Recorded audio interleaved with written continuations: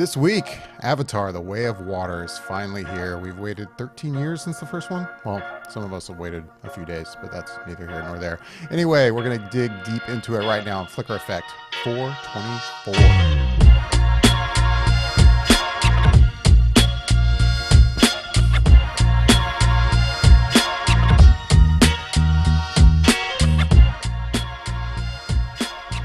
Happy holidays, guys. Happy holidays.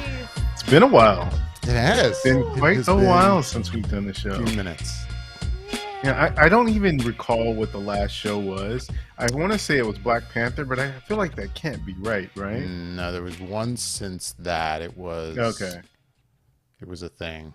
Yeah. What was it? It was a thing. there was one since Black Panther. The show. It was a thing. It's so sad that I can't tell you. It's been a rough couple of weeks. It's been a while. So, we're back, but We're back. It's a good one to be back on because it is Avatar 2, like you said, a very, very, very long-awaited film to what is, at this point, the biggest film of all time, which it retook its title back from, I think it was, Endgame? That had the title Endgame, for passed a it for a bit while, then it took it. Yeah. Yep. Yeah, so, I mean, I guess to cut quickly to the chase, speaking of the first Avatar movie, me and you, David, we've been on the record as saying that we both enjoyed that movie quite a bit. And recently you rewatched it, and Michelle, you've watched it for the first time. So it'd be remiss of me to not go to you first to see what you thought of the first movie, since it's fresh in your mind. It's probably as fresh in your mind as the sequel is. So what'd you think of the first Avatar after seeing it? It's hard. It's like, so here's the thing. This was a movie that came out 13 years ago, and at the time it was at the peak of technology. It was a thing. I mean, it was such a thing when that movie came out. Yeah. And I think everybody was just so in awe of the technology that was getting used and how visually it looked and sounded and just the entire concept of it. And everybody always just talks about how amazing Avatar is. And so in a way it was kind of like this thing was like built up, and I was trying to go into it like, don't have high expectations. This was 13 years ago, just enjoy what you got. And, luckily I watched it on a very, very nice television and surround sound and tried to recreate a theater atmosphere as much as possible. We moved the couch closer to the TV. Yeah. We did. I tried my best. No, I mean, like, it was nice. We really had a whole experience. I will say that I think visually it is a very beautiful film. I think the effects are good, and I think they still hold up to this day. I mean, there's obviously still been advances, but no, it is technologically speaking a very impressive film. I unfortunately think I don't like using the word, but I'm gonna have to use the word because, like, I was a little bored with the movie. I think the storyline is, it's something that's not super new. It's kind of been told, in different ways and different formats. In one side, I'm like, it's told in a good way, but I feel like the movie, the pacing is very slow. It's extremely predictable, and honestly, like, for a film for the storyline to be as predictable as it was, it's like I needed something else, and I was hoping to get some more bulk in some other form, and it definitely doesn't come in the format of the script, the actual words that I read. I just, like, on one side, like, did I feel like, I mean, obviously, the whole the whole point behind it is, you know, indigenous peoples and cultures and being colonized, and then also there's this whole like effects on the earth and like it's everything, globalization, all of it. So it's like you're watching it and yeah, it's like it's sad to watch the deforestation and the attack on a culture and trying to wipe them off the face of the planet, and it's really like that stuff is pretty moving, but it's like even just the relationship between the two main characters, it's like it just felt kind of I don't know, it didn't connect with me in any way. And by the end of the movie I was just kind of like okay, cool, you know, it's a cool visual film, and it just to me came across kind of empty. Like it's almost like he was really trying to get this message across, but it was almost like he just way overshot it to a point that it was like, okay, like I don't know. Yeah, I don't know. I didn't think it was a great movie, but visually it's cool. Well, I feel like you're think scared you we're probably- going to attack you or something the way you're... Yeah, no. I mean, I think you fall in line with where a lot of people feel about Yeah. that first movie. So that's, you know, that's perfectly fine that you feel that way. I don't behold you or begrudge you for feeling that movie didn't hold up in the story department. I think for myself, just really briefly tap onto it again, I think I did have that connection with the characters, so that for me helped out a lot. And that plot wasn't altogether familiar to me because I hadn't seen Dances with Wolves or Fern Gully or whatever, so I didn't have that natural inclination to be like, oh, it's just this. And so for me it felt fresh in that sense, so I think I just connected with the story a little bit more in that way of also being in sync and in step with the visuals that were being put on screen, and to be able to believe these characters even though they're completely CGI. I Right. felt like I bought into it, the realism of it, and really connected to the story that was being told. So that's why I enjoy it, but I perfectly understand your perspective, Michelle, on that. Out of curiosity, really quick, I mean, we got plenty to talk about with the sequel, but do you So remember much to talk about. why you didn't see it?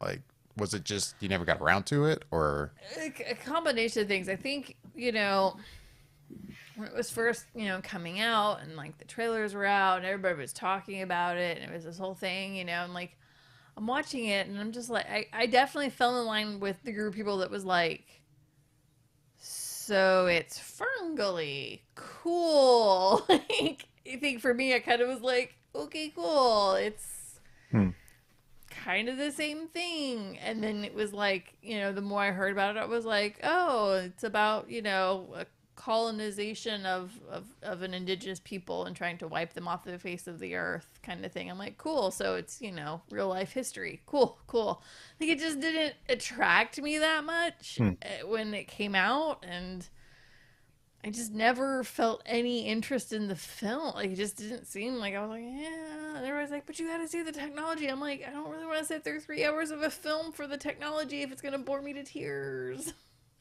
I was just curious. Kind real- of real my, quick. yeah, that was kind of my reasoning for not Yeah. seeing it.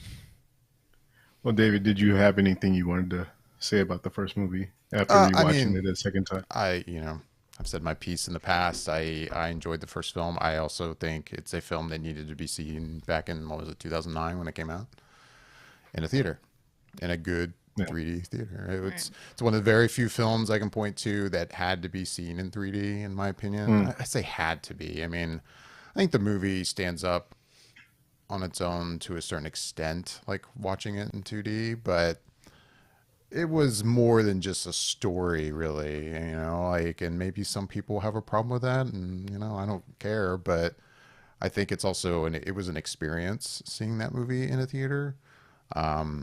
Yeah, I mean, Yeah, sure, for Michelle, sure. I would have been one of those people going, I don't think you'll be disappointed by seeing this movie, even if it is 3 hours, because it does look so good. Like, but yeah, I mean, I hate to say this, I was almost dreading it, watching it with you, Michelle, not because I was like, oh, she's just going to shit on it. I didn't mean that, but it was like, it's been too long. Like the Yeah. expectations, and you're not watching it like that. You're watching it. I mean, we've now said a million times. I've now said a million times. This was re-released in September. We should have seen this when it got to re-release. We did Right. not. It didn't happen. But we did the best we could. I mean, it's Yeah. still there's still no 4K release for this movie, at least not yet. So everything you stream, Disney Plus, everything, it's all high definition, but it's not 4K. But it's still, even so, like it still looks pretty good.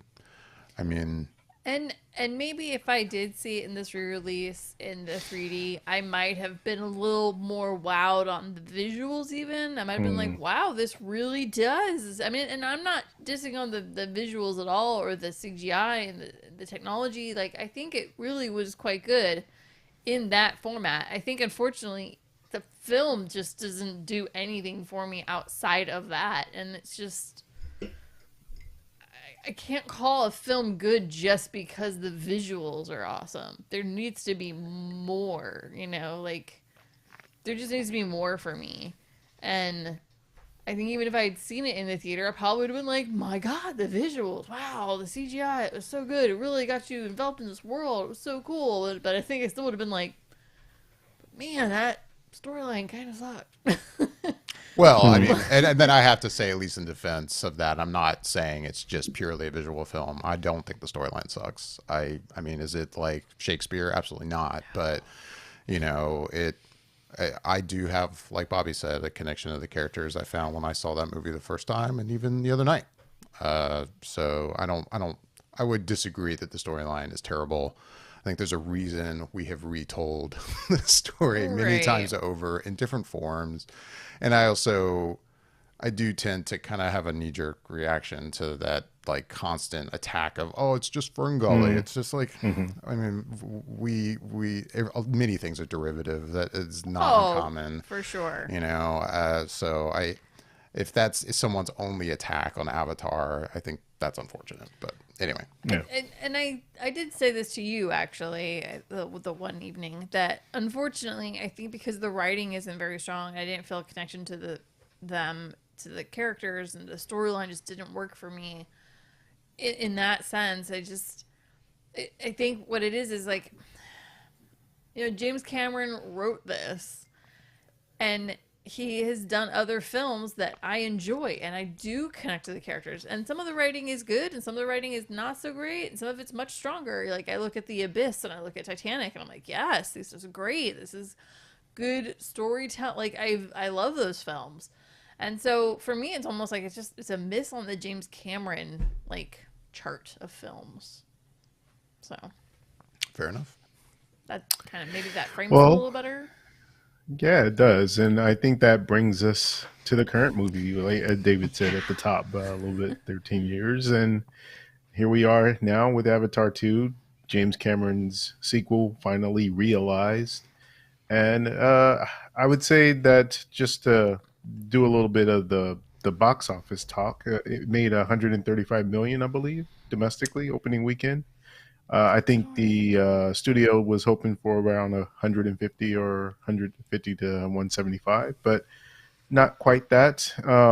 But hey, the first movie didn't do all that much in terms of opening weekend, and it went on to become the biggest movie of all time. And this movie has one thing for sure going for it, and that's that it will probably be in theaters until March, and there's nothing Yeah. else coming out Yeah. between Well, now and then. Ant-Man is really the next film in February, right? That's Yeah, Yeah. yeah, considered it all somewhat of a blockbuster film that could be in all competition with this. sure, yeah, Yeah. yeah. And in fact, Yeah. I had forgot that it was coming out in February. I was thinking late March, so yeah, that'd probably be the biggest obstacle in its way. But yeah, I think it should be off to a good, at least solid start here, and we'll see where it goes from there. But uh, at hand, now that the sequel is out, you know what? I think I'll give my thoughts on it first, and for anyone listening or watching, we'll talk non-spoiler here first, and there's a few things that are big points that we'll talk about towards the end that are a little bit more spoilery. So, Before we my get thoughts into that, going. though, I was Oh, gonna say, oh, like, you're gonna go first, huh, Dave? no, I don't want to go No, I'm first. just But kidding. in terms of spoilers, like, I don't know. I mean, I saw like I don't know how many trailers there ended up being. I saw a couple of them. I don't know about you guys, and we don't have to dig into it right now. But I was just gonna say it didn't seem like I knew much at all about the actual plot. Like Mm, there was a lot very early in the film that I was like, oh, this is what we were doing. I had no idea. Like I haven't been watching a ton of interviews leading up to this movie. I've watched stuff since then, but I really went into it feeling like, oh, maybe a lot more people yeah. know stuff about these kind of plot details that I did not know going into this film at all. I'm gonna have to piggyback on that. Like I think because of my lack of really being into Avatar, I Right. had really zero idea of what the storyline was gonna be. I Hmm. basically just knew that it was gonna involve Water. water and water animals because they were near water. Like Mm, that was about the extent of what I knew. Right. Obviously, from the trailers, he had a family, so I was like, "Cool, he's got a family, right. and they're on water." And that That's was about where I was. literally all I knew when I went into this film. So Yep. I will have to. I'm right there with you. Yeah, I'm there too. I really don't think that the trailers gave Oh, us nice. much in terms of story or plot by design, I suppose. Only thing I feel like I knew that the trailer didn't tell me was one of the characters that was in it. It Right. doesn't really explicitly say that, but Hmm. yeah, I knew that going into it. But we'll get to that. And so, yeah, off the bat, I would just really go ahead and say that for me, this sequel did not disappoint in terms of what I was looking forward to seeing, which was two things. One being the advancement in technology and how it would look visually. I think it absolutely nailed that. I mean, 100%. It really just looked and made it look to me like I was trying to describe it to one of my friends, and he was like, "What'd you think?" And I was like, "Do you remember the first time you saw an HD TV?" And it was like going from SD to HD TV, and that's how I felt like watching this new Avatar movie. Whereas the first Avatar looked good for sure, and absolutely at the time it looked absolutely stunning. But going from that movie to this movie, I could visually see a difference in the same way that I saw the difference between watching something in SD to watching something in HD TV. It Did just you see? looked. Did you see it in Go ahead. 3D? I saw it in 3D IMAX. Okay. Yes, 4K. So it looked incredible to me from that standpoint. And the story, as much as I enjoyed this first story, I really did enjoy this one exponentially more in that way that I think that the kids in there added an extra element that the first one didn't have, and I would say almost, well, not even almost, but I would definitely say the main characters take a little bit of a backseat to to the newer characters and the kids and everything else, and it didn't really bother me, to be honest. I felt like I was really compelled. Now, one thing that I will say was that with a lot of the new characters, it really kind of took me a little while to get to know who everyone was, because there were so many people thrown at you in the beginning that it was kind of like, who, who's this, okay, who's this, what are their names, and the names aren't just like Michelle and Steve, and so it's like, Right. okay, I got to remember these different names for these new characters and everything. So it did take me a little while to settle into them, but once I did, it was really good getting to see the way those stories went with them. And another thing I will point out is that, uh, you know, uh, to me, there is a lot of repeated themes and aspects of this story from the first story, where things are almost kind of identical in a lot of ways, but just sort of, slightly tweaked with newer characters having some of these experiences. But once again, it didn't really bother me, and I really felt like this was still sort of a natural progression of the first movie. Now, I will say that if they, in a third movie, they just go to a different area and it's like new characters Something and you're again. just meeting it, then yeah, then I'll be Yeah. like, okay, come on. But for this one, it didn't really bother me, and I really loved seeing it, and it really felt to me like one of those amusement park rides that you can get on these days that's not like a roller coaster one, but more of an experience. That's really what I felt like when I was watching it. It's like when you're on one of those moving vehicles and it's just taking you through different areas and you're just looking at stuff and you're just like, that was how I was watching the movie. I'm just like looking here, there, and everywhere at all the different things that were on screen and just being amazed and wowed by the fact that James Cameron and had all this stuff in his imagination and it was being poured out into a realized way on screen. And so that was a lot of aspects of the fascination of me with watching this movie and just in awe and sheer awe of what James Cameron did.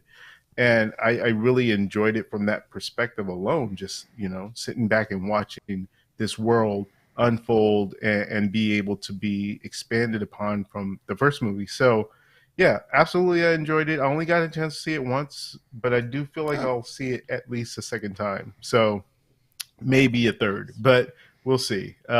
So I guess I've rambled enough about my thoughts on it. I'm surprised you only saw it one time. Yeah. Yeah, I am well, I too, had it actually. planned. I had actually had tickets to see it a second time, but something came up, so I had to give up those tickets for that second showing. So yeah, I definitely was supposed to see it twice, but didn't work out that way. So I will make use of some of the time that I have coming off from work, and we'll absolutely see it again. Yeah. So Just let that guy all right. Okay. Well, There's David. no one over there on that side of the screen for you. No, I don't know exactly your point of view. That Maybe guy. Yasha that we don't see go. really. Okay, over there. Which, by the way, he is not with us tonight. I think No. he has not had a chance to watch this one yet. When I last spoke to him, I think he's going to try to see it tonight, possibly. Okay. Yeah, I think that was cool. It didn't sound like it was a definite, but he has No. not seen it yet. But I think he still has plans to. So I'll be curious to talk. I'm looking to him forward to about hear it. his Yeah. thoughts. Yeah, absolutely. Yeah. Absolutely. In the meantime, David, what are your thoughts on Avatar 2? I mean, yeah, starting off with how you watched it, I think is important. I watched it in Dolby Cinema 3D. I guess talking to you, it sounds like there are maybe some Dolby Cinema 2D presentations, but it was my understanding Yeah. that all Dolby Cinema is 3D, but it sounds like maybe there is a way to watch it in Dolby Cinema without it being 3D. But anyway, Yeah. yeah. And it was weird, by the way. It's like, now it's a side note. At our theater, you get to the ticket taker, and normally it's been always my experience, like that's where you get your glasses. And for the IMAX in the real 3D showings, that is where they had all the glasses. But they were like, oh, you'll get the glasses inside the theater. And For our Dolby. for the Dolby. And not only that, but like Okay. we went into the through the doors to the Dolby screen and got our glasses there. But they even had signs like, you can't take the glasses out of this room. Like they have to be returned. It was like very like the Dolby glasses stay here. Yeah, she gave me special instructions. We went separately because she went to the restroom, and Yeah. I went in, and she was like, "Hey, she's like, should you need to leave, you have to leave your glasses in your chair." What? No. Yeah, Yeah. she's like, leave your glasses What? in your chair when you leave. I've never and heard you can this come back in." before. So yeah, and It's like, odd. I waited for my bathroom break until we started getting towards the end of the trailers because I was like, okay, like, Yeah, I'm there was a whole bathroom planning for a 3-hour, Yeah, 15-minute makes film or sense. you whatever. know, it was. I was trying to not have to go in the middle of Right. the movie, and so Yeah. we saw a morning 11 a.m. showing, and I was like, coffee's been involved in the day, so like, Mhm. anyways, so yeah, like I waited, and then when I went, I left my glasses there on the chair, and I think even David was kind of like, why should I have your glasses on the chair? So I don't even know if I even told you that, but Well, and then like when I had gone to the restroom before that though, and I had seen the sign that said, like, yeah, you can't take them out of the room. I was just like, Yeah. oh, this is very interesting. I don't know if it was just our theater and the way they were handling the different glasses or what. I don't know. But It was it's just interesting, I wasn't so. mad at it. It was just No, it it was was different. fine. It It was was just just odd. different. Yeah. Yeah, it's But yeah, different. we saw it in Dolby Cinema. I've already said my piece about the first film. My expectations, though, I mean, it wasn't like I was going into this movie with like, oh my God, this is going to be the greatest thing ever. Though, of course, like leading up to it, I've been seeing some of the reviews, and generally the reaction seems like it's been pretty positive. So I guess my expectations are starting to like, okay, maybe this is the real deal. Like, and the movie, for me, the movie didn't disappoint at all. I thought the movie was pretty incredible, actually. I mean, the story still isn't like it wasn't like it was the story on its own is some ridiculously just amazing experience, but I do believe it's a better film than the first movie. I think the script is a better script. Yeah, James Cameron, it's, I think it's my understanding he wrote and directed the first film, wrote it on his own. He did write this film with some other writers. Hmm. So I think that shows it's a better written film. Um, yeah, you mentioned how the main characters take a side seat, and there could be a worry there that like, oh, you've got all these kids, and are you really gonna like care about these kids? And it totally worked. Like, I mean, it was unfortunate that you didn't get a lot of certain characters, and I know we're not digging on into Right. spoilers yet, um, but still, even so, like all the kids that seemed to kind of be the main characters of this movie for the most part, like it was great. Like, but the movie, like the first film, it looks ridiculously good, in my opinion. Yeah. Um, I mean, it's definitely the first film I've seen in high frame rate that works. Right. I've only seen The Hobbit in high frame rate, so I mean, I haven't seen a ton. I tried to see what was that Gemini Man? Was it Gemini Man. Oh yeah, Yeah. that's right. Yeah, I Yeah, saw that we one That too. was It was we that was a had still didn't nightmare. work. we just had an unfortunate situation. We had to walk out of that showing. That was Like the bad. projection Mm. wasn't good, and so I saw like 5 minutes of that movie. I still haven't even gone back to try to watch No. that movie. Um, but anyway, like especially after The Hobbit, I had pretty negative reaction to high frame rate. The Hobbit was a Hmm. terrible like, film to be shooting in high frame rate and presenting I that don't even way. know why it was done that way, but This movie is presented in a variable frame rate. For those Yeah. that don't know, the high frame rate is at 48 frames per second. But there are scenes that aren't like action scenes, mainly like dialogue scenes where there's not a lot of movement. There's the idea is that those were presented in 24 frames per second. So the movie does kind of switch back and forth, and we can get more into that later. All Hmm. I'll say is that didn't bother me. I noticed it, Hmm. but it wasn't like an issue for me really at all. But I'm curious to talk to you guys more about your experience with that, because I've definitely heard that some people have major issues with the switching of the frame rate. But I don't know, yeah. it didn't really bug me at all. And the high frame rate at first still was kind of a okay getting used to it, but I got used to it really quickly, and it works. I think there's also the idea that it makes the 3D presentation better, and I definitely think that is absolutely true. The 3D looked fantastic. It's easily the best. I mean, over the first Avatar film, it's easily the best 3D presentation I've ever seen. It is by far anybody I've talked to about this movie. I'm like, I think the movie's very good. I don't want to get people's expectations through the roof, but I think the movie's very good. But you need to go see this in a theater, and you not only need to see it in the theater, you need to see it in like either IMAX 3D, which I haven't seen yet, or Dolby Cinema. And it's funny too because I do want to see this again, and I probably will see it in IMAX 3D. But it's tough because like I've seen it in Dolby Cinema, and it looked fantastic. So part of me is like, do I want to waste another showing on a showing that maybe I won't like it as much because Dolby looks so good?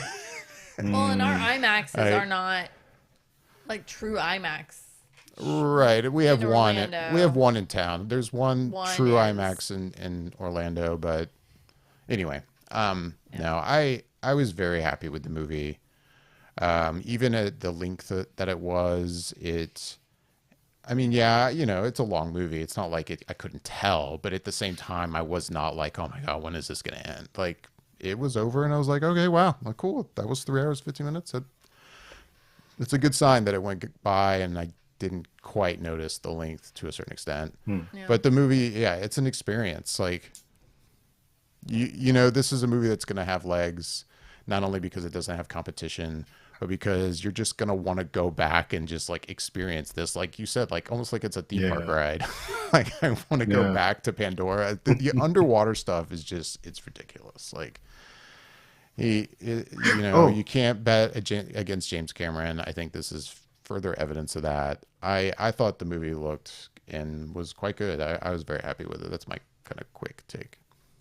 You wanted to say something, Bob? but yeah, before I forget it, because I meant to ask you when I was talking about the movie, so I don't want to forget it later. Have you been to the Avatar thing that they have at what is it? Is it Uh, Universal or is it no, it's Disney's Disney? Animal Kingdom. No, I've actually never. Never even been into that Okay. part of I that was park gonna yet. say, how was it comparative or compared to this I've movie thought in I've terms thought of about what that it's like since, as a like, ride? because I've heard good things about that ride, but after seeing this Yeah. movie, there's part of me it's like, if this ride doesn't compare to this movie, then I'm probably Mm, just going to be disappointed in this ride because this movie looks yeah, I so can see that incredibly because good. how visually it looks. Yeah. Yeah. I was going to say too, like, the movie has these major themes, right? Of like you touched on, Michelle, like with the first film, not only about colonization, but just about like taking care of our planet and connecting to the earth. And I would imagine if you talk to James Cameron, one of his big messages is here is that, like maybe getting away from technology and connecting Mm, to our planet, that, and how great that would be. But Stop the pillaging right, resources. but the funny thing about that is though, like there was certain scenes in this movie. Like the one thing that comes to mind is like there's a shot where you're like over the shoulder of this like submarine pilot as he's like going through the water doing something without getting into spoilers. And like I remember looking at the shot going, "My God, this looks so ridiculously real." Like one day you will probably be able to experience stuff like this in VR. VR is great, but maybe not quite to this kind of presentation yet. Where I mean, it's almost like the movie is saying one message, but there's evidence here with the technology used in this movie that is, I feel like, almost like a sign of things to come, how we will be yeah. experiencing things that is kind of against that message, if I'm making sense. Yeah. Yeah. It's just kind of funny. It was something I kind of thought about while watching it. But anyway, So Michelle, Michelle. moment All of right. truth. Here we So go. the person who probably liked the original the least. Um yeah, I mean, yeah, so I went to see it with David. We saw it in the Dolby 3D. Um my expectations really were basically non-existent I Mm, would imagine. yeah. Right. in this film. So I was just kind of like, okay, did you happy Saturday. Um I will say that I was pleasantly surprised by this film. And we'll get into things and spoilers, but I do have some issues with some of the choices with the storyline. I felt were very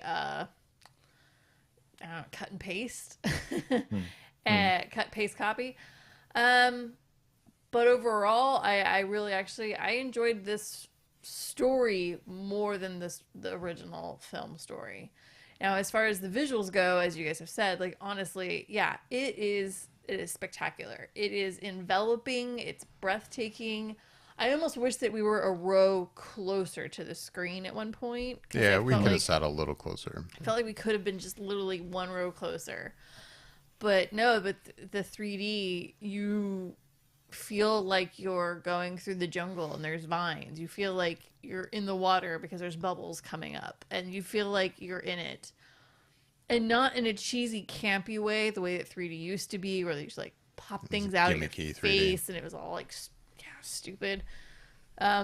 But I agree with David. It is probably the best 3D experience I've ever seen in my entire life on film. And I agree. The intermittent frame rate changes don't bother me. It is a perfect example of high frame rate working well, and that has been a rare thing, as David was saying. Like it works. It works in this situation with the technology that we're getting. I think it's really the only way to really experience this film is that way. Storyline wise, like I said, like I liked the new addition of the characters of the children. I like the relationship of the parents to the children and the community with the children and the community as a whole. I feel like you actually learned, and I felt like you were learning more about this community of, I can't think of what are they called? The Navi. Navi. The Navi. Like in the first film, I feel like they gave you glimpses of the Navi, but you don't really get connected with them. And in this one, I was like, I feel like you really are actually connecting more with the Navi and understanding more about the culture than I think you did from the first film. And so I thought it worked way better in this one. And I obviously James Cameron getting some assistance I think makes it is evident in this film. And no, like the length of time, it's long, but like David said, like I never really was like, oh, this could go faster. I felt that way in the first film a few times where I was kind of like, okay, let's get through this.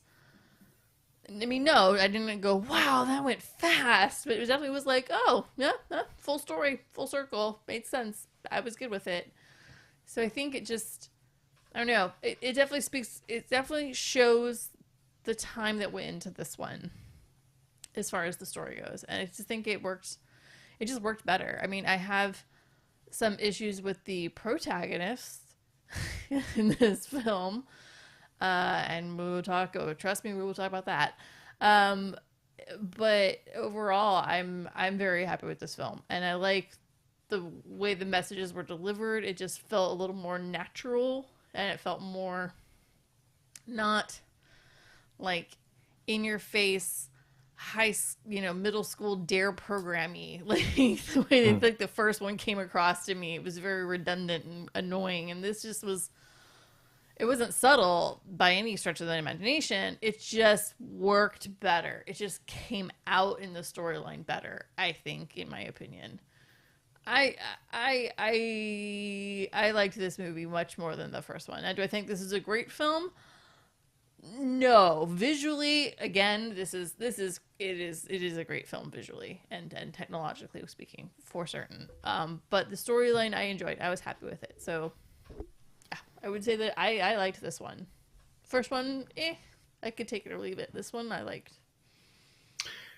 I'm curious. Have you either of you have seen a movie in 4DX? No. Unfortunately, no.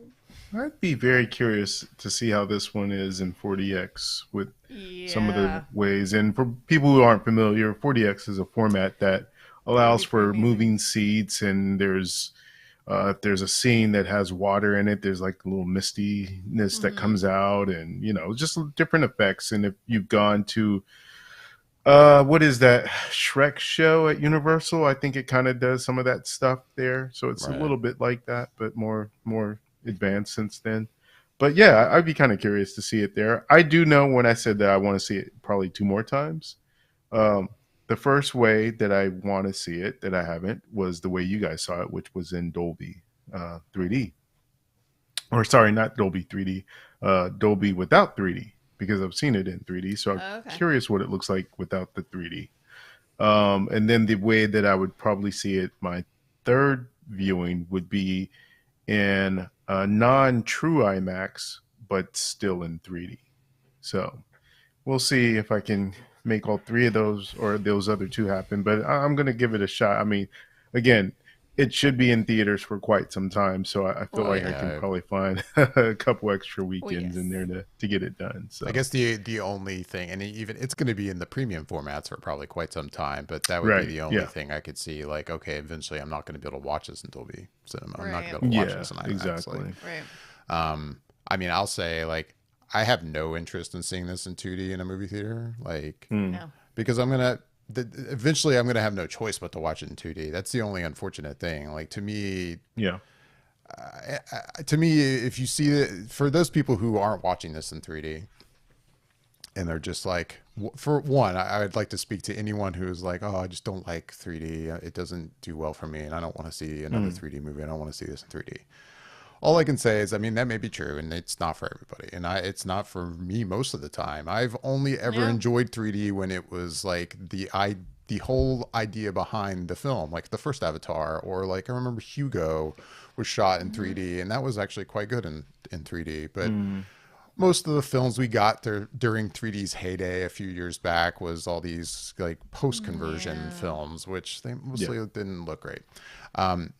All I would say is first give it a chance and make sure you do see it in a high frame rate. I think the high frame rate does make a difference in a 3D presentation, but I mean, to anyone who refuses to see it in 3D and has only seen it in 2D, I mean, and I'm saying this as someone who hasn't seen it in 2D, but to me, you didn't really see the movie. Like, ooh, I think it's such a part Yeah. of this experience that it is part of the film. Like, I mean, James Cameron, he's a filmmaker, but he's kind of a showman. I mean, he's making a movie that, yeah, there's a script and there's a story, but the way he wants it presented, I think, is a major part of the film he made. And if you don't see it that way, I don't think you're quite seeing the film he intended to make. You know, like I would agree with I mean, I'm that. sure if you Yeah. asked him, and hear me out here, I'm sure if you asked James Cameron, he would wish that there were no regular 2D showings of this movie. He would probably They're wish all they didn't 3D. exist. I mean, of course, there's no way that's going to happen. The Right. studio needs to make money. Like, they're not going to only release this in premium format screens. There's no way. Yeah. But I'm in a perfect world where they didn't have to worry about box office returns. I'm sure this would only be in IMAX and Dolby Cinema, and there would be no other way to see it. And I think there's an argument to be made that that's really the only way you should see this film. Like Yeah. it's such a part of the experience. And I've heard that argument that like no, movies should stand on their own and like the story should and the movie should stand on its own and you shouldn't have to watch it in 3D. And I don't really agree with that. Like if a filmmaker is making a movie and this is how he wants you to experience it, I think that's how you should experience it. I mean, and it may be unfortunate where eventually this will leave theaters and we will not be able to experience it like this at home. But I mean, I guess I'm saying this as a Gen Xer who didn't always have DVDs and Blu-rays. Like we lived through the VHS era of, yeah, we got to watch movies at home, but they were never like the theater experience. Like it's just how it is. Like you're going to enjoy it like this while it's in theaters and then it's going to be over. And maybe one day it'll get a re-release, but I will say, on one side I agree with you. We're gonna have a little talk now. So on one side, I agree with you. I feel that yes, James Cameron created this film to be shown in this way in to enhance the experience of this film. So yeah, no, I agree. I think this is the best way to see this movie. However, I would have to argue with you that I think that films should be able to stand on their own without the assistance of the technology. The story should hold. Like I will say, like I feel like I was saying, I feel like I could have seen the first one in 3D, and I think I would have come out the same way. I did not love that film. This one I really enjoyed, and I'm looking forward to watching this again, even at home in like a year. And being at home and watching it and knowing it's not going to be in 3D, I think I'm still going to enjoy this film. I have zero desire to rewatch the first one, but I'm looking forward to watching the second one. So obviously, I feel that the story in this one was better, and I feel like it does hold its own without the technology of the theater experience. Whereas I don't think the first one has held its storyline without the theater experience. And then I guess my only argument to that argument about a movie should stand on its own is that the technology has always progressed. I mean, we Oh, went for from sure. silent films and eventually we got, talkies and then eventually we got color. And I mean, it's not a fair comparison, but you could make the argument, well, if it can't stand up in black and white, like, why does it have to be seen in color? Like, I mean, isn't this just more evidence of that? It's a change. I'm not saying every movie should be seen in high frame rate and that it's going to be, or that every movie is going to be seen in 3D, but you know, it's like any content creator who is creating something going, man, I'm making this in 4K and it looks the way I really want it to look in 4K, but you're watching it in 320p on your shitty cell phone. like it's not the same, right? Like even if the story itself is good, which I do argue that this story is good, but I still would argue that the part of this film is the way that he is presenting it. Like, Right. And I don't disagree with that. I think it is a part of the experience of this film. anyway, I don't know where we're Nice going. lively I don't debate. know. I Side just- tangent. I dug it. I dug the debate of it. I see it all. So- I see it from different I see you. see the different angles. I see you. So I guess we're at the point where we've all given our thoughts. So I think at this point we can safely get into spoilers. So if you have not seen Avatar 2: The Way of Water, I would suggest stopping at this point, going to watch it, and then coming back to hear the rest of our thoughts Going on to see it, it in because we are 3D. getting into the spoilers. Absolutely, see it in 3D And then and let us know what you thought. All right, so getting into the spoiler aspect of this, I'll start by saying one of the things that I don't know that I feel like they did I don't know if it was their intention to not do it or if they just did a bad job in doing it, but they don't really give you the idea that antagonist from the first movie is back in this second movie, but only as an avatar. Um, that for me, I think I knew that for quite a while. I don't even know when I first knew that, but I just recall Stephen Lang saying that he was coming back as in the sequel. And I just remember thinking, well, how? And because in the first movie he dies, clearly. So I didn't have any clue as to how he would be back, but I knew that he was coming back. So that to me was not a surprise. But I could see how some people, if they've only seen the trailers, may not know that going into it because there's no real clear indication. idea. Really? So you guys didn't know? I had no idea, and honestly, it's probably the okay. biggest thing of this entire film that I've bumped on.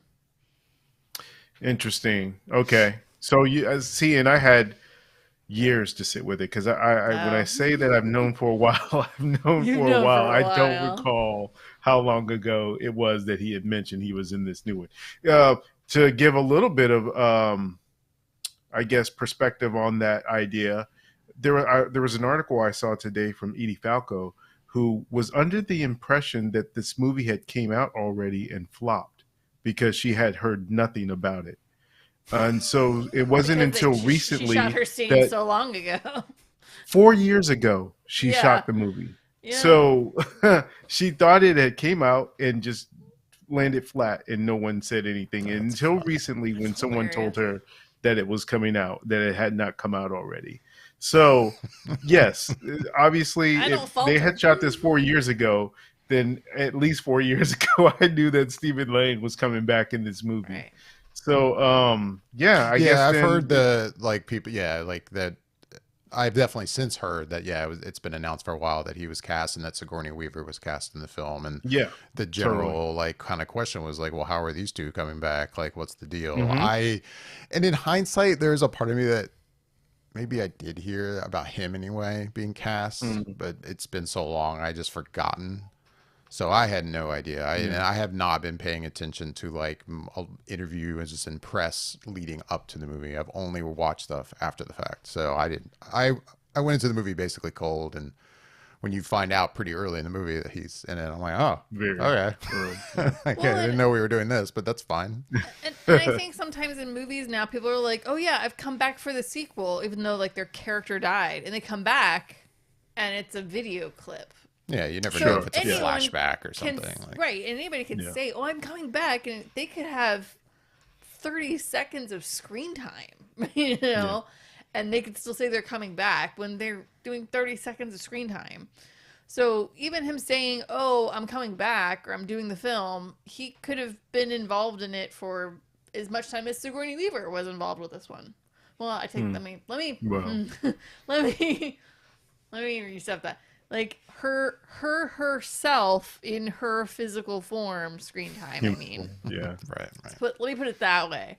So, yeah, like for me, and maybe I did at one point know that the actor was going to be in this film, but like I really had no idea literally until that scene, the very beginning of the film goes on with them waking up, and I was like, yeah, I was watching it, and I will say, man, this movie, I was like, okay, this is going well, and that happened. I was like, wow, this movie's really taking a leap back for me. And I'll be honest, I almost was like, I'm done. I'm leaving the theater. Like, I was literally like, You were like, I'm done. I'm leaving. I literally the had the theater. thought in my head. I'm not gonna lie. Like, I literally sat there and Wow.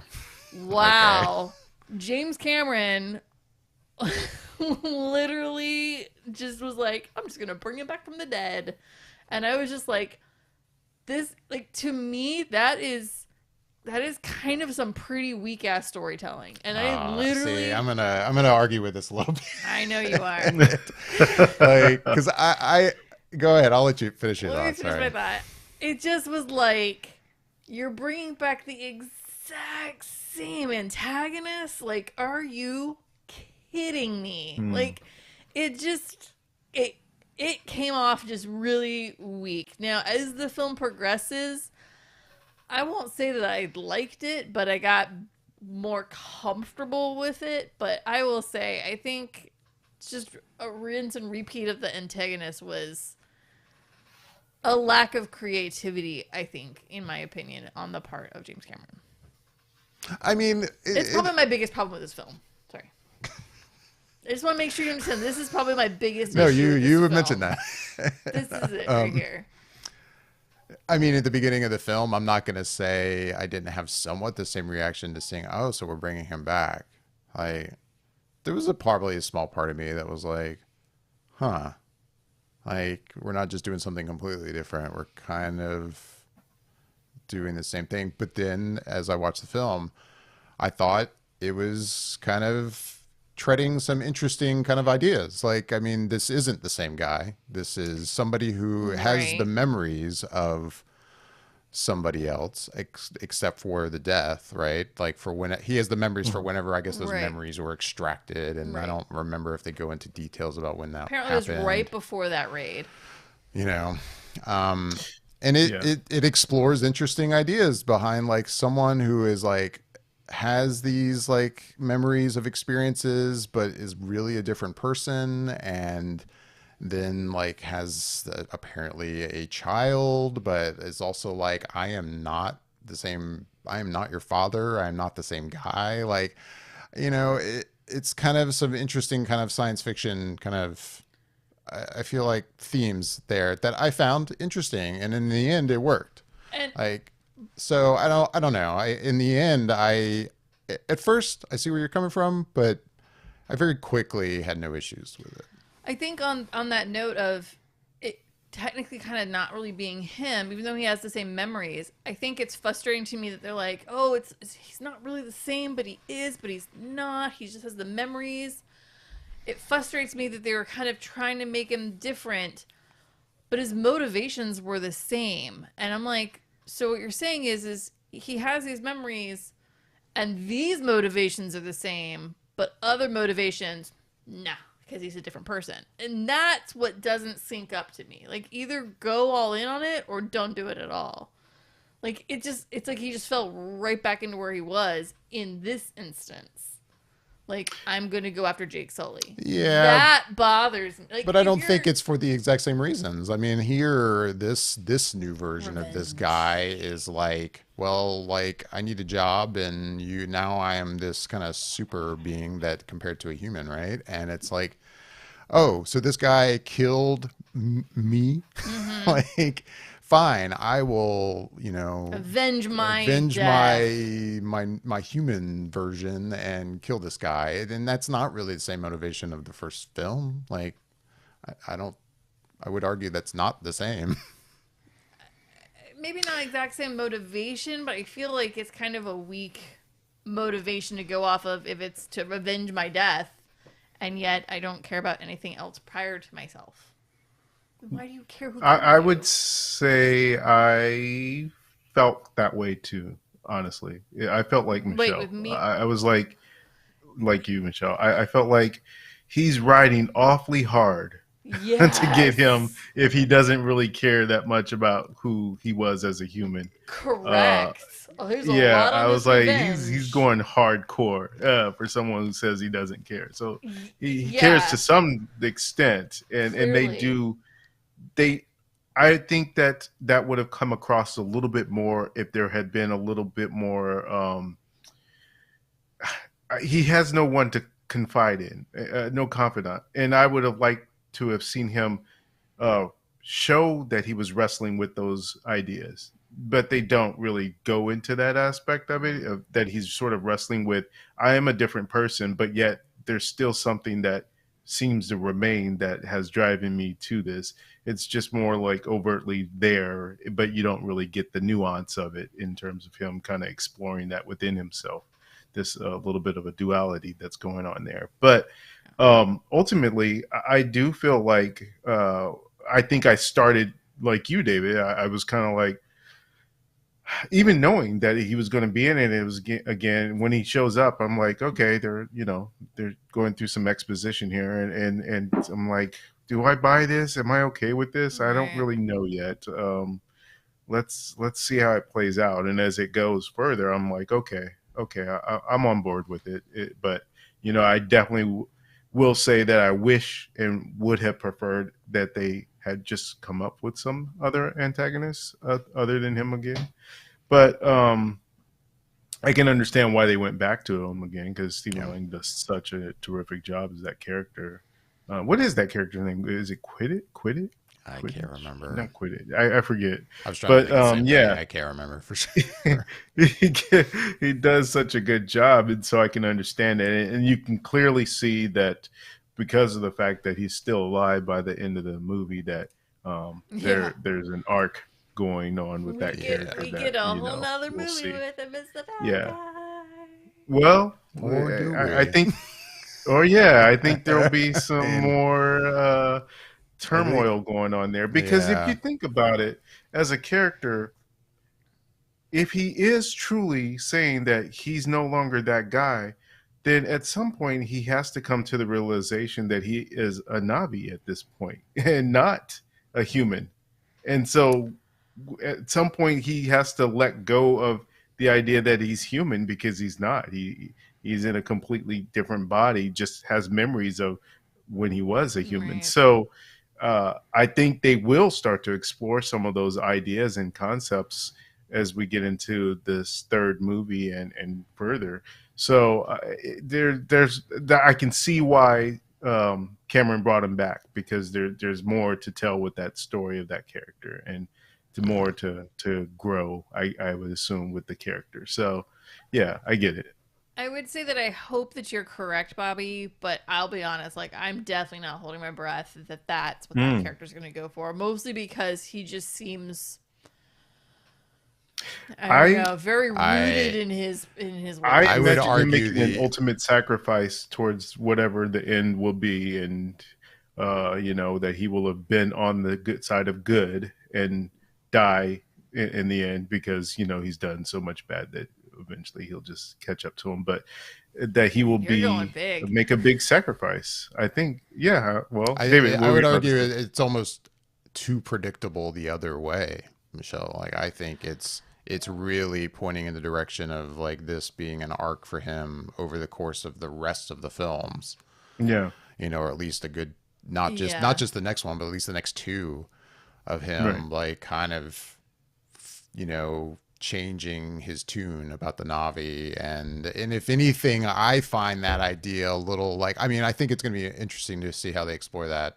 I'm kind of open to whatever they do, but I would be actually very shocked if they just went full on. Yep, he's still just the villain, and he's going to stay the villain, and he'll be wrestling with things, but in the end, he's just the villain. Like, I really do not think that's where they're going with this. It is super obvious.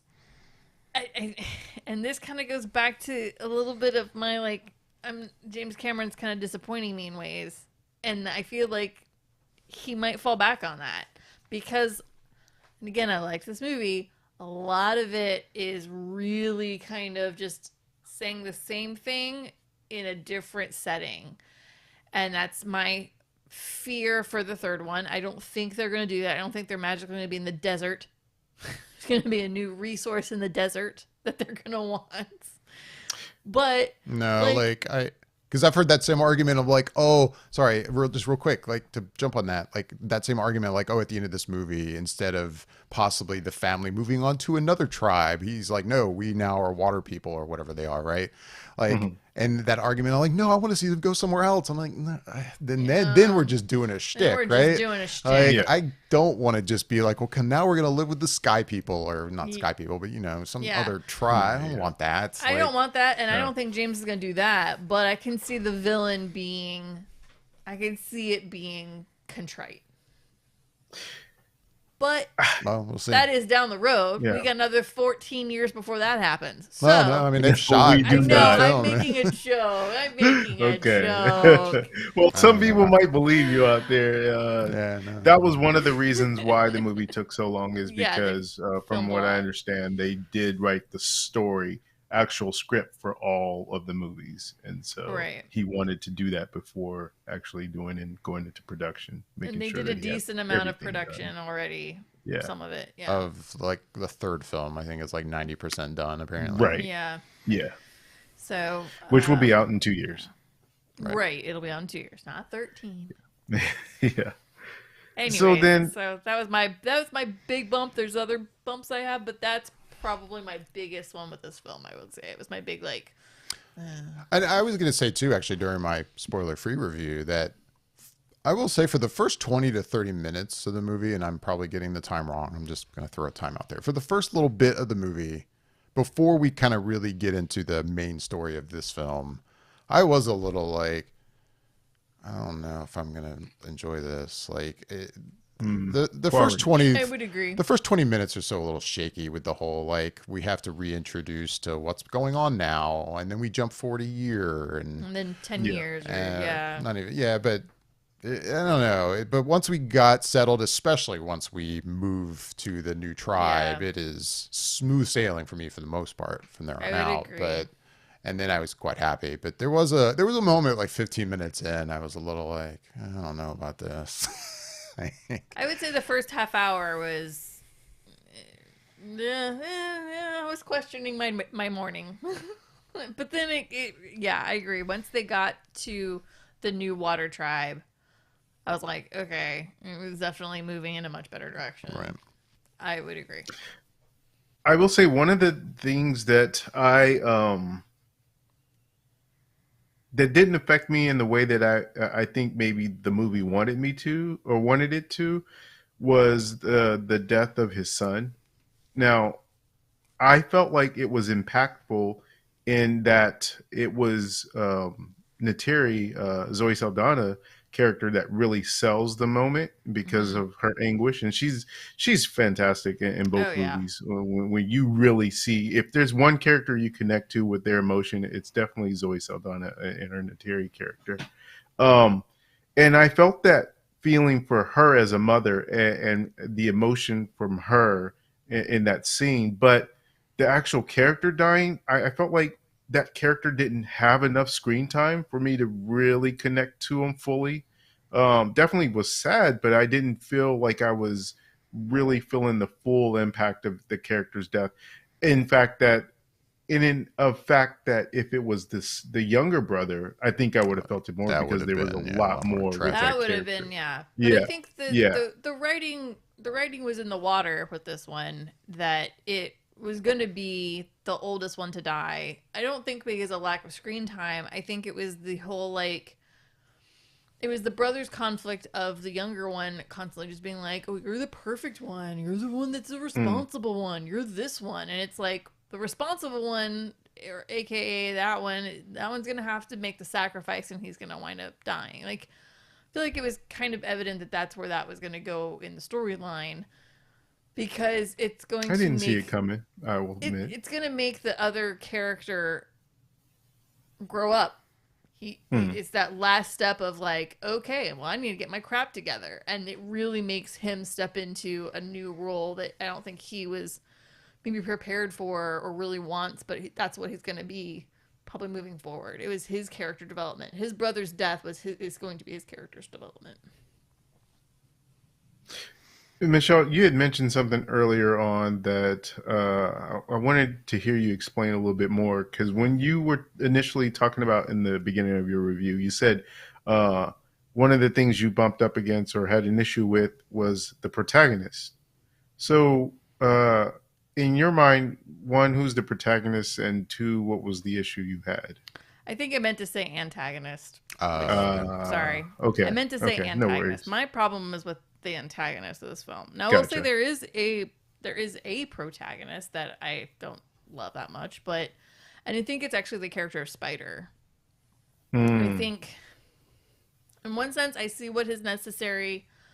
I see what he's there for, and I get it. But at the same time, like, I've kind of replayed parts of the film with him in it, and I've gone, it's not that necessary. It's only necessary for the arc of the protagonist. Of the what is it, Colonel, Lieutenant, what is it, rank? Quaritch. I looked up his name. Okay. It's Quaritch. The antagonist. The antagonist. So antagonist, it's it's for his development, and otherwise there's not much spiders, and therefore I guess he kind of gives a human eye to the destruction of the other villagers, and it gives a how things colonialization can happen at such a rate, and how people would feel so like, well, that's not what I wanted to have happen. I just wanted to accomplish this one goal. I didn't want you to burn the whole village down or kill all the villagers. I was just trying to help get this one thing done. And they're like, oh, well, this is what happens to get that thing done. And he's going, no, no, no, that's not what I wanted to have happen. I was just trying to be helpful. And like, that's how it tries to get people to connect more with that kind of storyline. But overall, like, I don't know. I'm not a fan of, oh, the guy had a baby, an infant, newborn baby, basically, before the whole movie, the first movie started. And so it's not like, oh, well, where's the mother? But there's parents like, well, where the hell's the mother? Did she die in childbirth? Like, what? She just was like, oh, no, it's cool. Leave my infant child here. I'm going to get back on the ship and go back to Earth. Doubtful. Like, so she had to have died. So it's just And it's naughty just, or ruthless. So like, no, you were leaving, but the child stays. I mean, like, Right. it's just one of those things. I'm like, it's just weird. So we have no idea who the mother is. Not that it really matters who the mother is, but I'm like, then this guy who clearly didn't give a crap that he even had a kid. I don't know. It just seems. I mean, the movie doesn't give a weird. lot of explanation. Obviously, it's just kind of a No. quick. Hey, we needed him to have a kid, so it turns out he had a kid. Yeah. But we can't put kids in cryo, so the kid had to stay, and it doesn't. Yeah. It doesn't make. It's kind of like also not Can't intuitive. get You it could too make the much. argument to a point. It's not important to like, have all those details. Like, this is the situation. Don't ask questions. It's like Right. it's, Exactly. you know? Not Pick at it, important. it'll unravel. Yeah. Very quickly. right. Like, it's not important to know who his mother is, but it just makes me go, well, what's the point of having the kid there? Like, I say this, and I know what the point of having the kid there is. I know It's you just know. for him. Yeah. It's just, I don't know.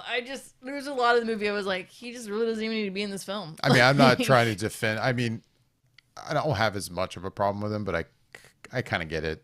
I didn't love Yeah. Spider. Spider's fine, I Okay. guess. Like, I guess for me, it's going to be more of where do we go from here with the relationship that I think will be interesting. If anything, his involvement in this movie is more just necessity for what's to come down the road. Yeah, it helps your guys' argument a little bit more for the development of what's his name's character in I'm coming telling you, around.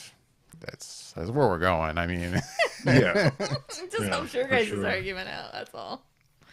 I'm trying to pull something up because I cannot think of the creatures in the water that are like the whales with Basically like the whales of this world. I don't remember the name. turtle, the turtle shell, but they're a whale Right. with extra fins. Can't think of their name. yeah. I can't I don't think- I know. While was you're gonna look looking it that up. up, Michelle, I can.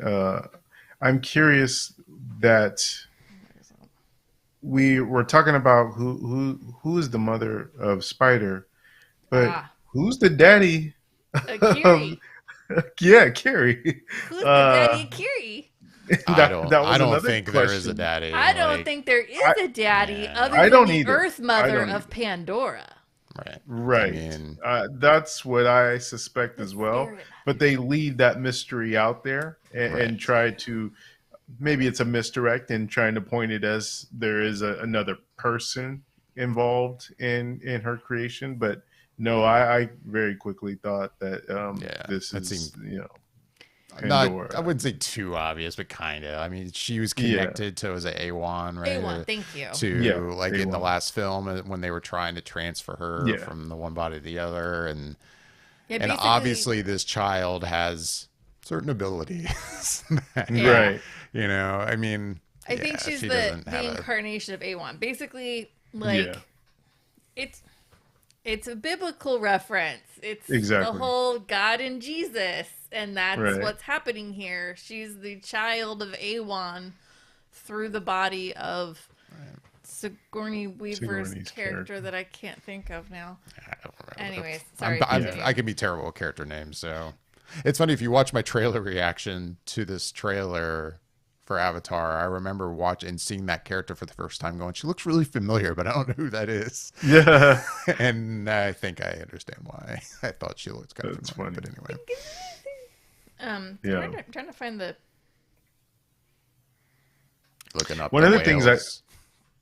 Yes. While you're looking again, one of the things I really enjoyed. Tulkun.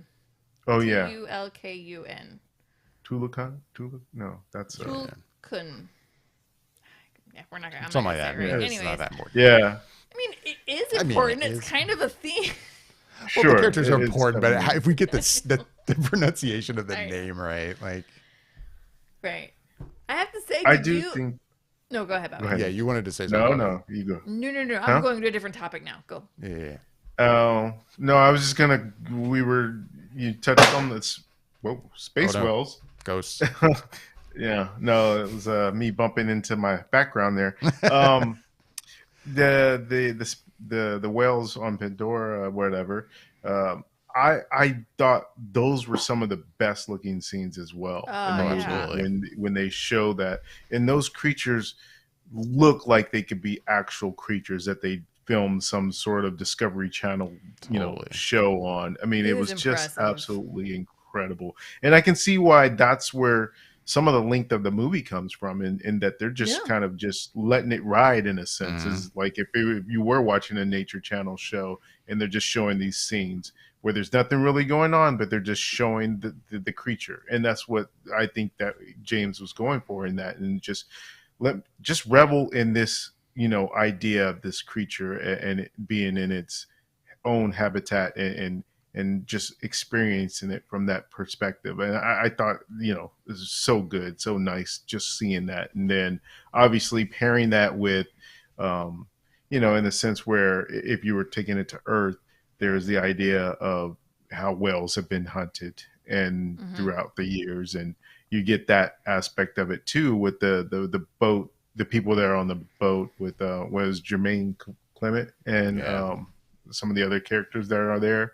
You see that aspect as well play out, and I thought they did a good job. And like Michelle said, it's not subtle, but I still thought it was done well, and it Yeah. provides for a lot of decent, not even decent, it provides for some really good action scenes. And especially I love some of the scenes where they're actually going after that first whale that had the child, and just the boating scenes and the water spray and just everything about the way that's shot is just you're on the edge of your seat because it's so tactical as they're doing it, and precise, and the guys calling out, okay, you guys go there, and just even the tech involved with that stuff, those scuba divers or whatever in those single pods that they go out in just look real. Those crab walkers, they look real. It's like, Yeah. man, when are we gonna have these things in real life? Because it looks so good and so There's real the- that it could be absolutely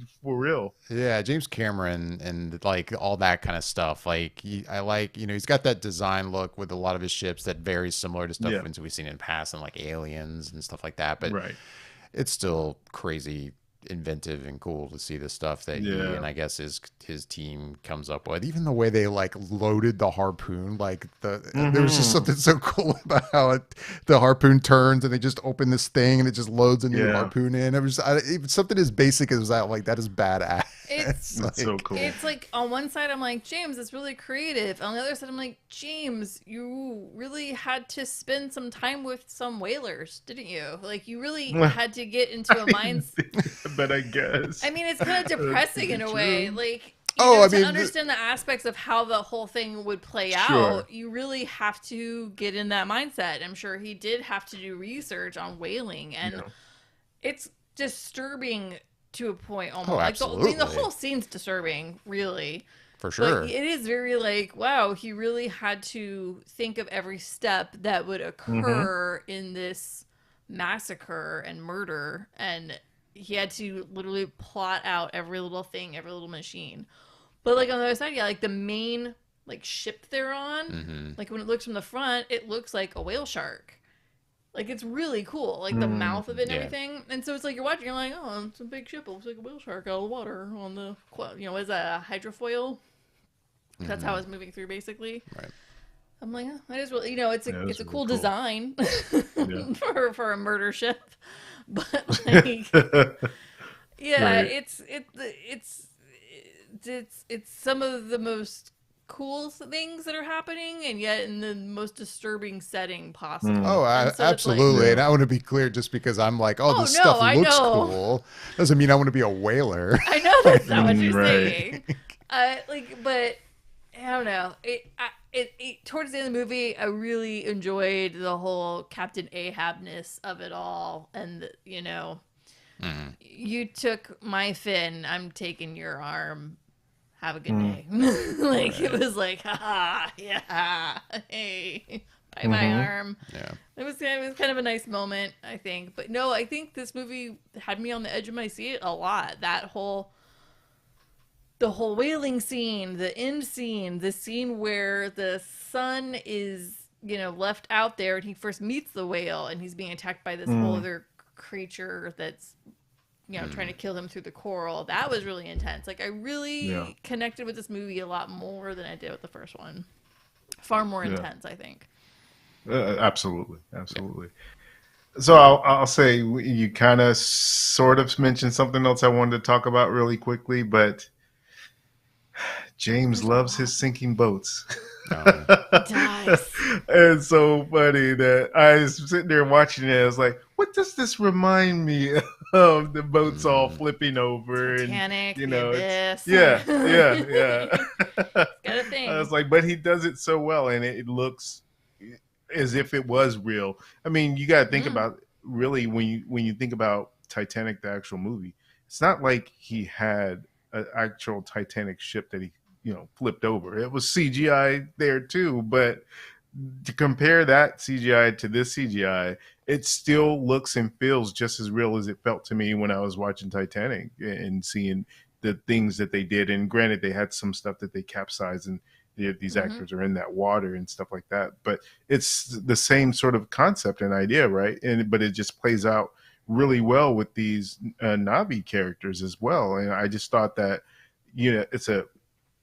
it's something that he's done before, but put into this environment and within these characters, you really feel that same sort of direness that these characters are feeling in the same way that I felt it when I was watching Titanic. It works. And whenever you're dealing with water, everyone's been in water enough to know there is that feeling where you feel like, if you were caught under some sort of undertow or something, or in a situation where there's water that's rising, that sense of panic and fear that you get, I think the movie does a really great job of conveying that within those scenes as well. Yeah, even them, when they do run out of oxygen, the way that they're gasping, it all is very like, dude. Yeah. The ocean is a scary place. It will kill you faster than anything else, I think. But it's also very beautiful. And yeah, like I said, I feel like what's nice is with the water tribes is you really see their communion with the water and just the way that they interact with it and they work with it. And I really enjoyed this aspect. I feel like you got to really know much more about the culture with this tribe than we did with the tree tribe, in my opinion. I felt there was better understanding. Right. It's so funny. I watched the whole movie. I don't know why, but certain characters, they stood out to me, like you said, David. And when you were watching the trailer and you saw Sigourney Weaver's character as a Na'vi, and you were like, she seems familiar, and you're like, okay, you obviously know that was Sigourney Weaver's. What do you call it? Kind of facial features were there. You mean like facial features? But there's no word for what they do with the de-aged her the dots and all that stuff or whatever. Yeah. oh the mapping, the facial mapping is what I was thinking of. So that definitely looks like her. The guy who plays the sort of the king, I guess, for the water people, that actor, I've seen him in a lot of things, so he looks like that character as well.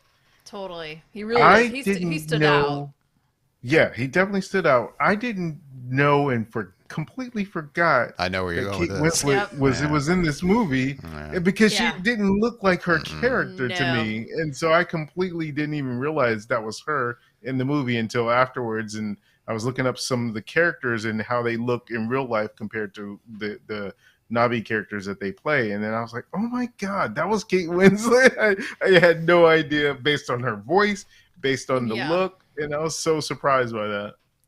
I'll be honest, and this is calling myself out probably on some racial profiling, but based on the features that were there in that character, I was getting really kind of almost like a Hispanic, possibly Puerto Rican, especially because she was so kind of sassy and she knew she's a woman who knew what was what and what she was going to say and how she was going to be and what was happening.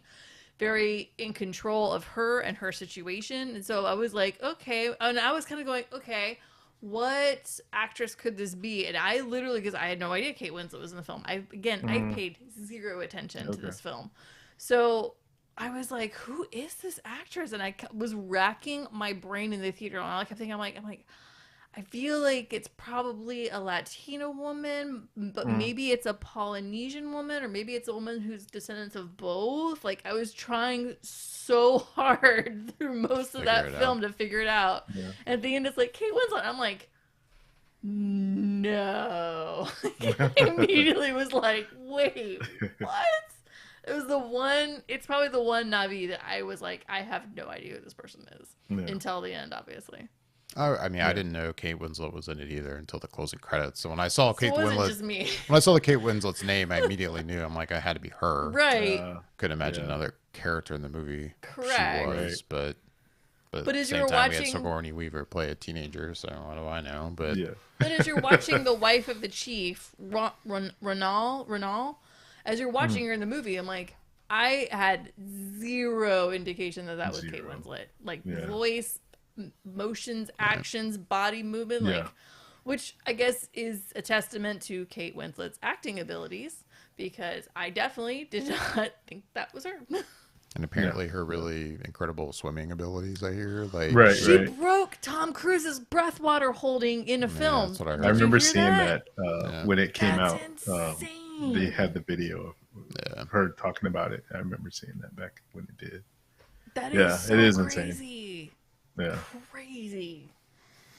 I was going to say, too, I mean, it sounds like we're probably going to wrap up pretty soon here. Yeah. But regarding the score, you know, we unfortunately lost James Horner. I forget how many years now it's been since he passed. Oh, no, it's been way more than that. It's been a while. But anyway, I forget the composer's name who took over this film. I've heard the argument that this score is kind of forgettable, and I mean, I guess I don't know. I always hesitate to kind of have that reaction when it's a score that, in a way, I didn't notice much. Like, he obviously reuses Horner's themes in this movie to be expected, and I think the use of that is fine. And the score doesn't kind of stand out in a grand way, kind of like the score does in the first film. So I guess in a way you could say, the score's a little forgettable, but at the same time, it seems like the score, in my opinion, supported the movie the way it needed to. So, I mean, I don't know. Yeah, Simon Franglen, if I'm saying his last name right. Yeah, it's definitely like Norwegian or something like that. So, but no, I agree. I was very curious. Sorry, I was curious going into this because the James Horner score he is a composer that is very, you're hearing a James Horner score.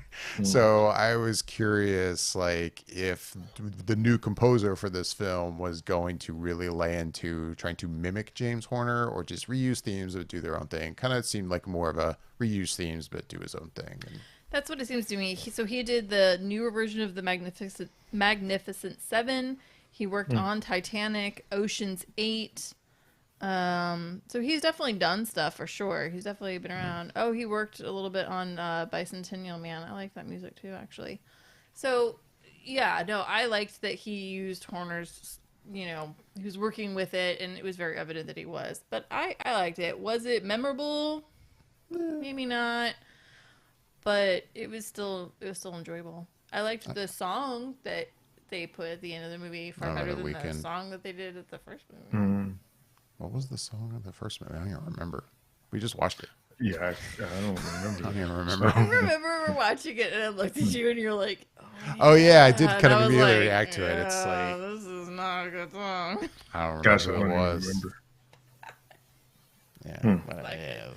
But this song is better. I thought that The Weeknd did a better song, Yeah, it's good stuff. in my opinion. Well, like you said, David, I don't have anything else that I really feel like I don't. need to say. I feel like we really did a good job of covering pretty much everything from top to bottom. But I don't know, David, you said you don't have anything. Michelle, do you have anything else? James Horner passed away in 2015. You're correct. It was a while ago. Yeah, it's been a bit. I don't have anything else. There's a lot of this film. There are other things that I have are negative, but I can kind of let them go because I think overall I enjoyed this film far more than I enjoyed than the first one. So that's really my takeaway. Well, I'm glad you're on board, Michelle. And so I'm on I'm board sure with this you're in one. the same boat as us, looking forward to the third now. So, You know what? You say that, and I'll be honest. I Oh. am trepidatious about the third one because now I'm like, well, I liked this one, which in of it itself is weird. For usually, I'm not a big sequel person. Like, the sequels never quite live up, you know. So for this one, my expectations obviously were way low because I didn't like the first one. So you're And I saying like it's like this an one. expectation thing, yeah. So now I'm like, oh god. I think what I'm looking forward to now, and I'm saying this as someone who enjoyed The Way of Water quite a bit, quite a bit. Yeah. But I think one thing that'll be interesting to see with the third film is I do feel like even if the argument can be made, and I understand that The Way of Water does kind of explore similar kind of themes and things that happened in the first film. I feel like the third film will probably deviate in more of a way from that formula of the first two Right. films, you know. So that'll be interesting to see. It So, it almost has to. I mean, yeah. Otherwise, Otherwise, it's just going to it's like, what completely are we lose doing its here? audience, and everybody's just going to Yeah. be like, "We're done. We don't want to keep it's- rinsing and repeating." And that's what's going to. Yeah. Like, it has to go somewhere else. Otherwise, Mm-hmm. it's just. I know that James has said that. I guess he initially was wanting 7 films for this, and then it got down to 5, and now so it's 4 new films, right? Right. For a total Yeah. of 5 altogether. I mean, he has said that, you know, if things don't perform as well as they would need to, that he could wrap things up with this next film, with the third one. with the one that's Yeah. basically mostly shot. And maybe that's why it's not completely shot. It's like that extra 10% is like, Just well, waiting to see. that's how am I going to shoot that last 10%? I don't know. Right. Are we you know. having a fourth one? I don't know. So, but I don't know. I would imagine we'll get at least another movie past that. Hopefully, you know, for me, I'm of that mindset. If he has a vision for, and they've already written scripts for 4 more films total, including the one we just watched, I hope they get to make him, and I want to see him. Yeah. So, Yeah. I think that'll happen. But I also understand that argument, and I mean, I was one of those people like that. I liked the first Avatar, but when we first heard that he was like, "Well, I'm gonna make 7 more Avatar films," I was kind of like, but I want to see you do something different. Like, you're such a gifted Correct. filmmaker. Like, are you just gonna all the rest of your career is gonna be making movies in Pandora? Like, Yes. But then, yes, you know, it is. but now that I've seen this movie, I'm like, well, I'm happy to watch more movies in Pandora. It's fine. Yeah. I think for that reason alone, I'm hoping the third movie. My hope is that the third movie really wows me, but I kind of hope he can kind of wrap it up. I'll be honest, because I would like to see James Cameron do different things. I don't want him to get stuck in a Michael Bay situation where years down the road we're just going, oh god, it's another, you know, like I don't want that for him. And I don't think that's actually going to happen for him. I'm not trying to say Michael Bay is a bad director. I just feel that James Cameron's director that has a higher status than, say, Michael Bay does. And he definitely has a much larger catalog and variety of films that James Cameron has done. But I think for him to start pigeonholing himself into this world so much, it makes me sad for a possible another project on the road that he might not do just because of time. But I wouldn't be surprised if, even if the third film is his last film, then he'll be done. Like, The I mean, filmmaking Right. trailer. you know, Exactly. or Really? Yeah. maybe Cool. make Yeah, a documentary absolutely. kind of thing. But I mean, he's getting, Yeah. I don't know how old he is now, but he's He's I think fine. He's I a think young he's pup. in his 70s. I want to say, He's but fine. it's Look at still. all these I other think directors that are far older he's- than him. They're still pumping out But- good stuff. Well, and the thing is that the reason why they're pumping out good stuff is because they're doing what they feel passionate about doing. And I think that's Right. what James is doing. He feels He's passionate about this universe right. that he's created and he wants to see it through. I Yeah. don't think that if he wasn't doing this, that he's going to just start making, altogether new IP movies. I think this is what he wants to do and write Right. out his career doing. And so if he wasn't doing this, he'd probably be back in the ocean doing some stuff, like you Right. said. So I don't know that he wants to do anything else. There's So if this Bobby is with what the he feels logical passionate about doing argument. it, I'm more than willing to keep watching. But he has put it. I won't say it on here for anyone that doesn't want to know. But he did hint or pretty much drop an idea of a location for the third movie. But I'll save that Yeah, I for haven't heard anyone who anything. wants to So, Google it. But yeah, I think that's it, David. well, it was fun talking Yeah. about this. I Yeah. had a feeling this would be a good conversation. I think it did not disappoint. So, I'm glad we all at least enjoyed it. Yes. Yes. Absolutely. But yeah, with that, we're going to wrap things up. As always, we would love to hear back from everyone listening and watching. You can reach out to us right here on YouTube if you're watching us on YouTube. Please leave questions and comments down below. Make sure to subscribe, hit that bell icon to be notified whenever we post things in the future, all that good stuff. We would love to hear from you on Instagram and Twitter at Flickr_effect. Yeah, we're everywhere. With that, I'm David Lott. I'm Bobby Jackson. Happy holidays, everyone. I'm Michelle Hillard. Bye, everybody.